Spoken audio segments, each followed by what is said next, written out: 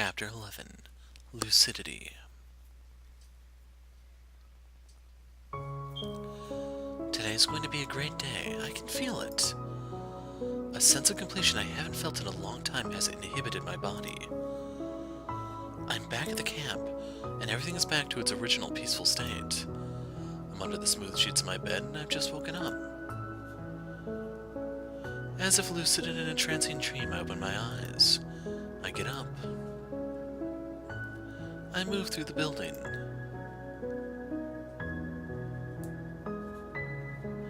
I wave to the people I pass by. I return their smiles. I return their good mornings. As I almost float across the floor, I snack on some nuts that Emma, with kindness in her heart, brought me. They crack, crumble, and release gorgeous earthy flavors as I grind them against my molars. I feel light, and my feet bring me towards my destination at a satisfactory rate. Today I'm going into the forest like many times before. But today, something is vastly different. I feel like the forest is calling to me in a way it hasn't done before. Come, for I have something to tell you. I'll happily listen. Into the lush greenery I go, alone. I take large steps. They tell stories of my untroubled heart. The wind brushes against me in my stride. Leaves crackle around me. My senses are touched by nature's gentleness. It's soothing. Hello, nature. It's been a while. I imagine birds chirping. I feel like I belong here. This is my natural habitat, surely. The path leading further into the emerald maze that is this forest is staring straight at me. It's smiling. Come, for I have something to share with you. I'll gladly accept.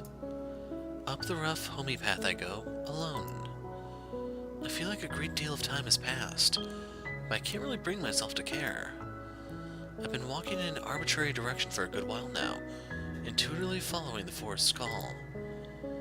Nature whispers to me that I just have to keep going a tiny bit further. I hear something in the distance.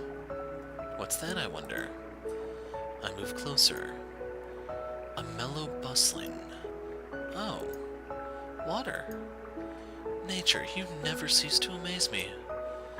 Out of lush shrouds I step. In my mind, time as a concept vanished the instant I saw her. I stand still in every sense of the word, taking the beauty of all that is before me. The gentle flow of the river is mesmerizing. Dazzling colors out of this world almost overload my brain. Nature's rejuvenating, intoxicating scent fills my nose. Tender luminosity pours into my consciousness. It's been derived from all possible senses known to me. In my mind, childhood memories are on replay. Nostalgia, sentimentality, yearning, wistful longing. Legends say that a maiden named Lorelei lives on the rock and lures fishermen to their death with her song. And among rocky waves I float, continuously looking for grains of gold in the endless sea. In my steady pursuit of them, I seek out every possible corner of this deep blue ocean. Between every grain of sand on the seabed I inspect. At some point, I don't know how, where, or when, but I come across a beautiful being, and her song is entrancing. I lose power, but I sense no harm. I sense love. I sense humanity. I sense a long-lost feeling deep within me, a feeling that at any point could burst and overload me with the profoundness of humanity's existence. All directions of time melt into one, and all I see is the radiant present and a radiant presence. I form her name with my lips, but no sound is produced. Caught in a dream. A wonderful dream where an absolute bliss exists. Lorelei, I've never seen you in this light before. What are you? You seem to hold the secret of the world. How come I never knew? All along, you were what I was looking for. The solution was right in front of me. Now, don't pretend like you never knew. The secret to the world on the other side of those pristine eyes, always. Newfound clarity. Marvelous. Behind your stern face, a delicate being resides. I see things most people don't, and once I see, I never unsee.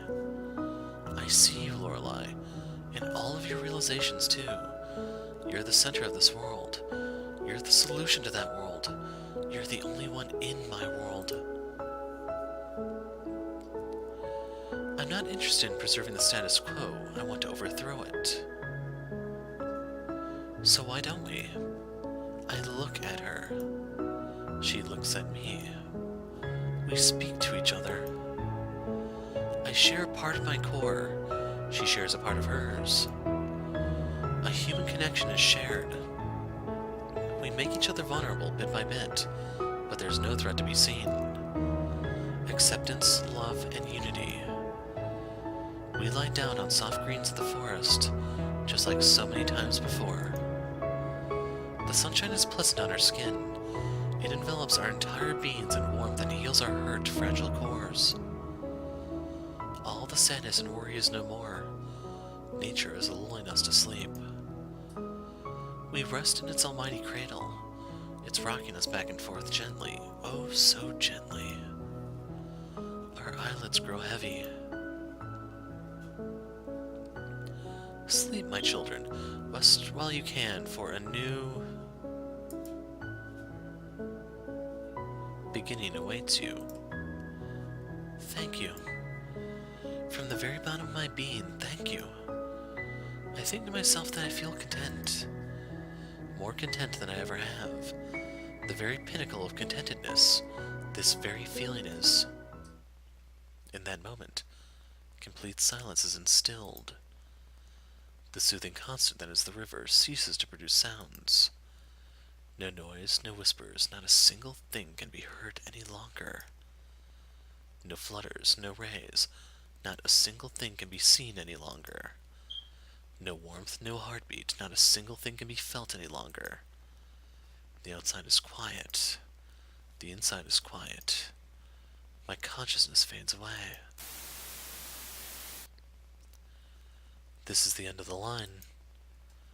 The forest was the final link in the chain, and the chain has now been brought to completion.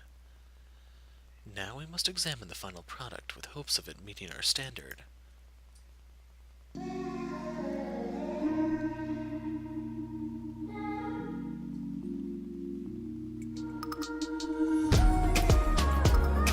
And there's the ending for you guys.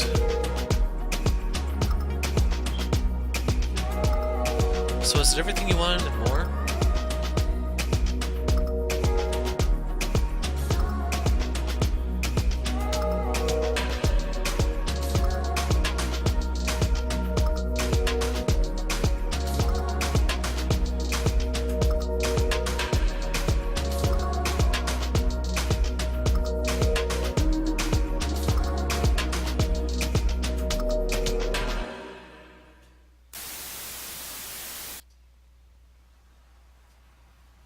So what's this? The sun is shining. We are alive. Everyone's united. An indescribable happiness fills me up. Happiness. I couldn't have asked for a better future than this. Charlotte has Emma's arm in a firm grip and she's laughing. Emma is blushing as she often does when approached intimately. Ben is straggling along behind them, clearly carrying the heaviest pack of them all. Across the path I see Lorelei give me a gentle look, observing as usual. When our eyes meet, she smiles. We are going to the beach. We're going to enjoy the rest of the summer to the fullest together. The distinct smell of sea breeze grows stronger with each minute. How pleasant. My skin feels scalding hot from the sun's intense rays, yet refreshed from the steady breeze. Today's the pinnacle of the summer season, and our futures are bright. My biggest worry is finding our way to the beach. All my burdens are gone and the anxiety I once had has left me. My heart feels light. I feel light all over, in fact. So light I could probably float up in the clouds and just rest my head on them if I really tried hard. No more sorrow. Step by step we walk down this path. The path of our future. A future where only happiness exists. Heh. It's no secret, I guess. What happened there isn't really what happened. It never happened, and it never will. It's far too perfect, don't you think? That's how you know it's nothing but a fabrication of a desperate mind. Life isn't pretty. Life isn't fair. Life isn't anything, really. I've been selfish, and I am selfish. The story I just told you was a lie. And I don't feel sorry about lying to you. After all, I am a liar at my core. That is the truth. And in this moment, I am a liar speaking the truth. I've been lying not only to you and everyone else, but to myself as well. I simply couldn't help it. No, really, I couldn't. And yeah, truth be told, I know exactly what happened that one day, down to every last painful detail. I just didn't want to tell you. I still don't. There are lots of things I don't really want to tell you, really. Why do you need to know the truth when we can spend a painless eternity in here? The truth is only as interesting as you make it. And this specific truth is painful. My flawless fabrications are far superior to the truth. Spending an eternity here, free from everything, that sounds good to me. I want to stay here, with my friends, on this beach, with a bright future ahead of us. I'm fine with this. Are you? Didn't think so.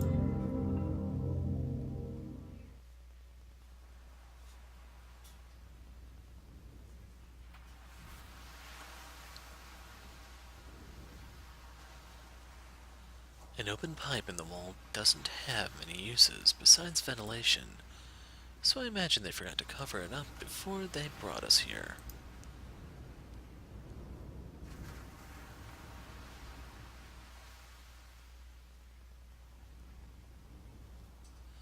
I imagine birds chirping.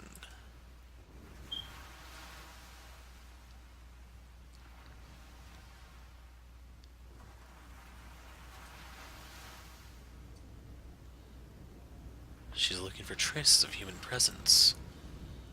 And they're not here. Not even traces of animals.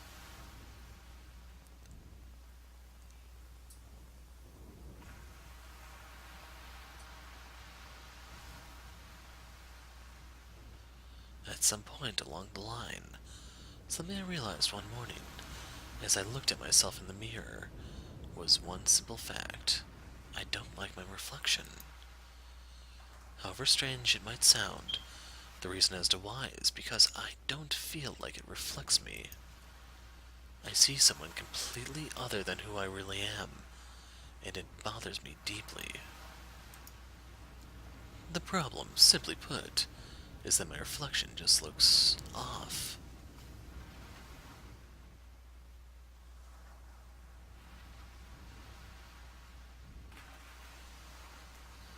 It's not like there's much else to do here. Might as well read. And to add to that, there's not much to read here, but this stuff. One would think they'd equip the one and only library with a more diverse set of books.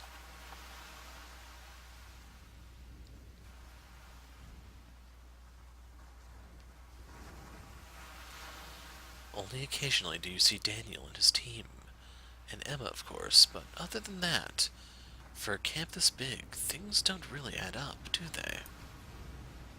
There's still something within me whispering that I'm just getting sucked up in this man's distrust and paranoia. But his points seem reasonable enough, and that puts me on edge.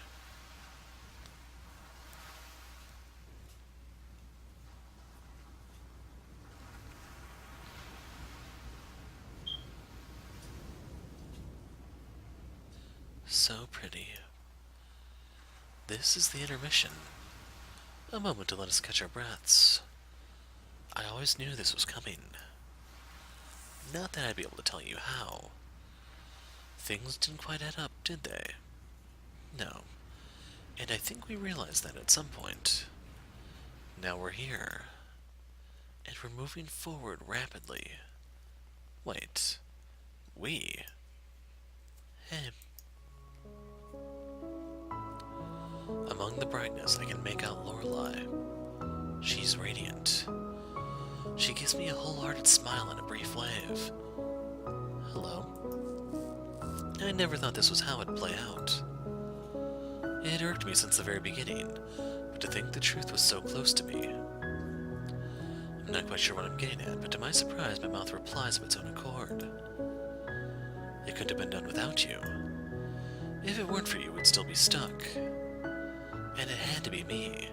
Someone else might have gotten it wrong. Realizations were made. You did everyone a favor.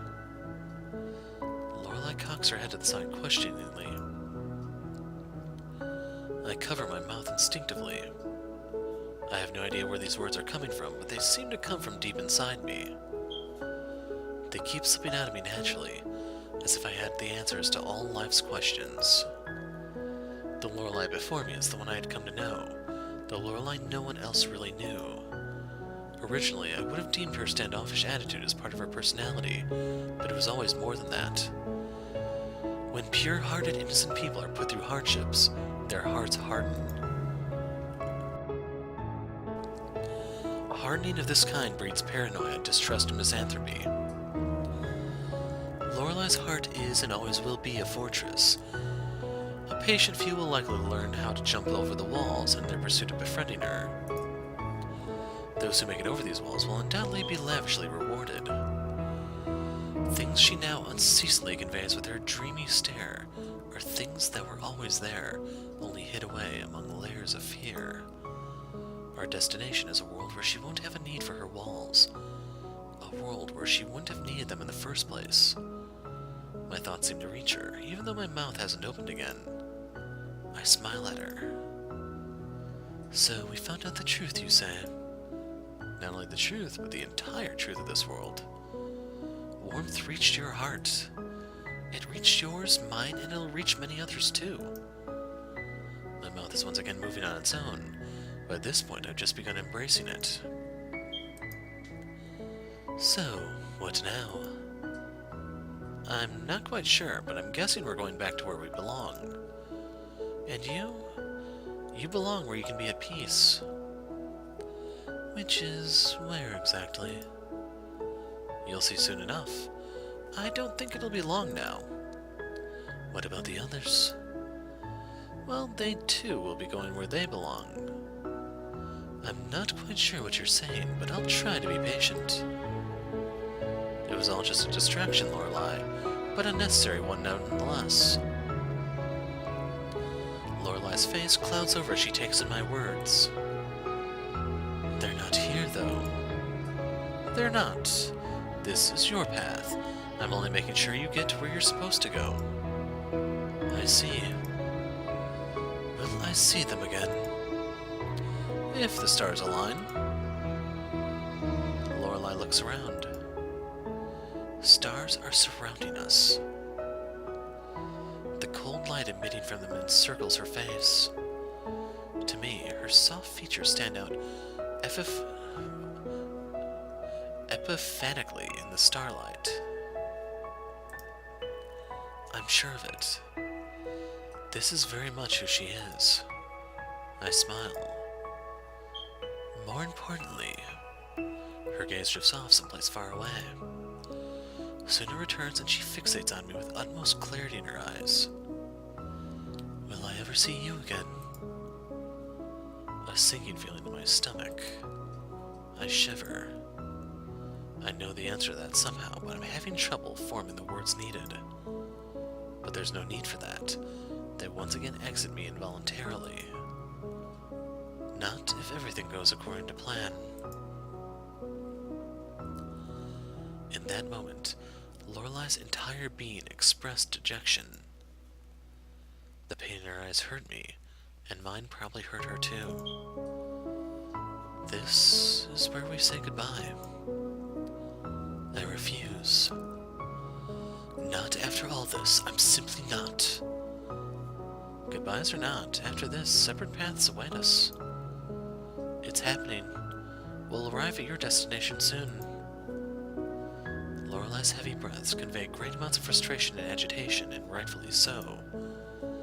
I feel her pain, for I feel that same pain. But I have no say in this.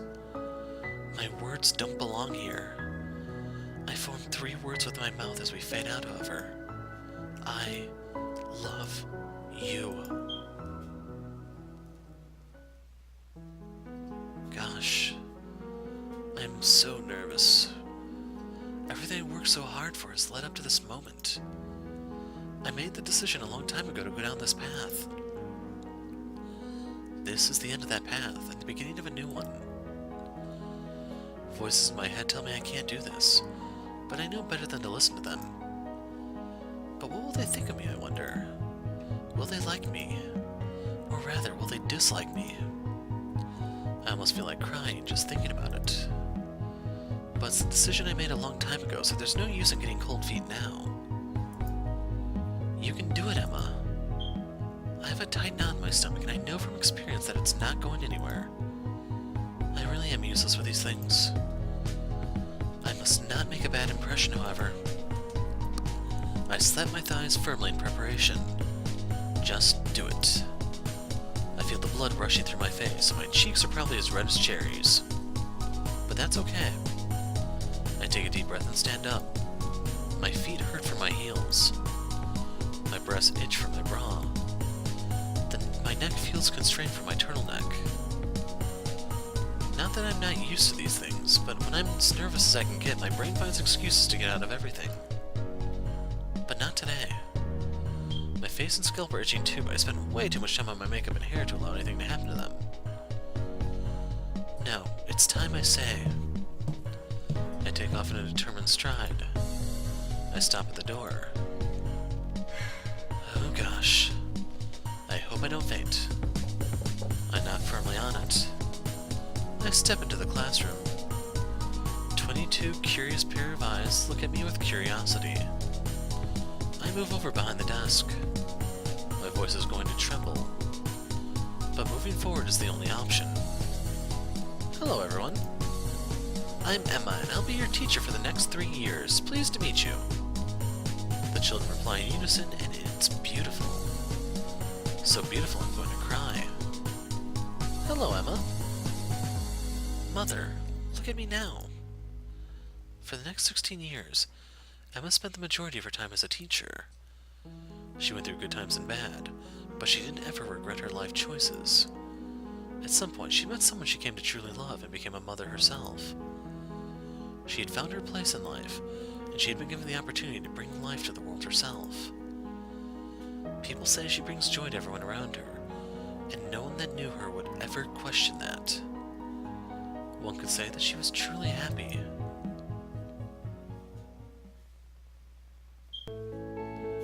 I am livid. This textbook isn't making sense at all. If only I could put it down and enjoy the great weather outside instead. To waste such a beautiful day feeling frustrated over this crap. I get up from my couch where I've been buried in schoolwork for the last couple of hours. Theory this and theory that, I'm so done with this. And furthermore, my legs feel so stiff. Student life isn't all it's shaped up to be. I swear we've all been tricked. It's an elaborate ruse. I need a drink. At least I have that much freedom. I can drink beer whenever I feel like, and no one can stop me. I walk out on my balcony with a cold bottle of beer and a firm grip. Oh, it's already evening. That's depressing. I spent the entire day inside. The strong daylight already passed me by, it seems. But at least there's the evening sun. I close my eyes and enjoy the warm sensation on my skin. I take a sip of ice-cold beer. I suddenly feel a lot better. Maybe today wasn't all a waste in the end after all. Hey, Charlotte! I open my eyes in surprise. I look down towards the courtyard of my school's campus. We're going to the beach. Want to come? The beach? I'm in. I suddenly, I am suddenly full of childish glee. I can't wait. I'll be right down. As for Charlotte, an active life full of spontaneous adventures awaited her. She remained a student for longer than necessary. She was simply so attached to the company and comfort of the campus of her school. She saw no reason to leave when she had finished her degree. She was fine with what her current life had to offer. Every day was a clean slate. She would paint them in accordance with her mood. Some days were rainy, but most were sunny. One thing is for certain, though, they were all beautiful.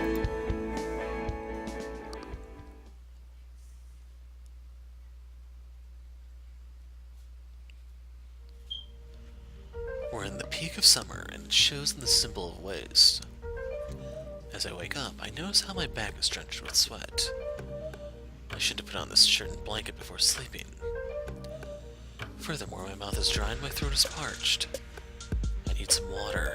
I sluggishly get up from my bed and walk into my bathroom. The cooling water feels great as it hits my face, but feels even better going down my throat. I pull up my phone and look through my schedule for this week. 2 jobs today. If I get going, I should be able to return back home at noon already. I can relax in my sunny backyard for the remainder of the day in that case. Maybe I'll pick up some tender slabs of meat and put them on the grill too. That'd be really nice. With a clear goal for the day set, how relaxed it may be, I set off towards the home of my first client of the day. I pull my car into their driveway. As soon as I turn off the engine, a smiling elderly woman walks up to me at a surprising velocity. "You must be Ben. Come, come." She almost drags me out of my car. I barely have time to grab my tools before I'm halfway through her house. "You see, my husband's back is not what it used to be. Had this been 20 years ago, he would have gotten this over with before I'd even made the appointment." I give her a polite smile. The truth is, most of my clients are elderly.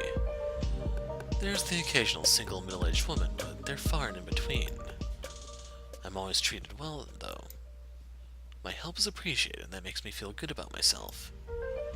The woman goes on aimlessly about this and that, much of which I have no real interest in, but I just nod and smile.